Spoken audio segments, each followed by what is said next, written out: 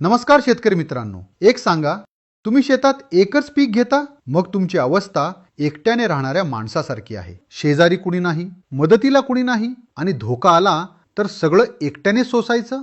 आज मी सांगणार आहे आंतरपीक म्हणजे काय आणि ते का घ्यावं. आंतरपीक म्हणजे सोपं आहे. मुख्य पिकाच्या ओळींमध्ये एक वेगळं पीक लावायचं. एकाच शेतात एकाच वेळी 2 पिकं.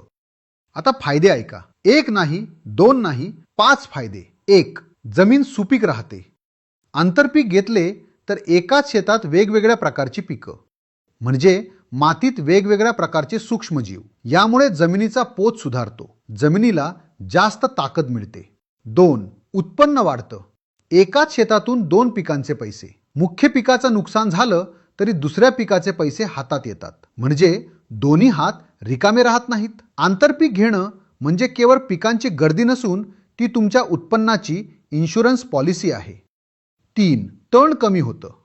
2 पिकांनी जमीन झाकली की तणाला जागाच उरत नाही. कमी निंदणी, कमी मजुरी खर्च. 4. कीड रोगांचा धोका कमी.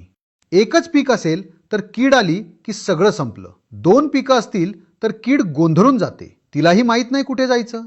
5. पाण्याचा योग्य वापर. वेगवेगळी मुळे वेगवेगळ्या खोलीतून पाणी घेतात, म्हणजे पाण्याचा एकही थेंब वाया जात नाही.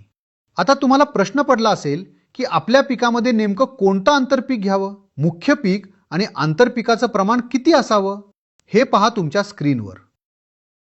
निसर्गाचा लहरीपणा आणि बदलत्या हवामानामुळे फक्त एका पिकावर अवलंबून राहणे आता जुगार ठरत आहे. म्हणूनच आधुनिक शेतीचा स्मार्ट फॉर्म्युला म्हणजेच आंतरपीक पद्धती अवलंबणे ही काळाची गरज आहे. तर मित्रांनो, या खरीपात एक नवीन प्रयोग करा. तुमच्या मुख्य पिकाच्या मध्ये एक आंतरपीक लावा.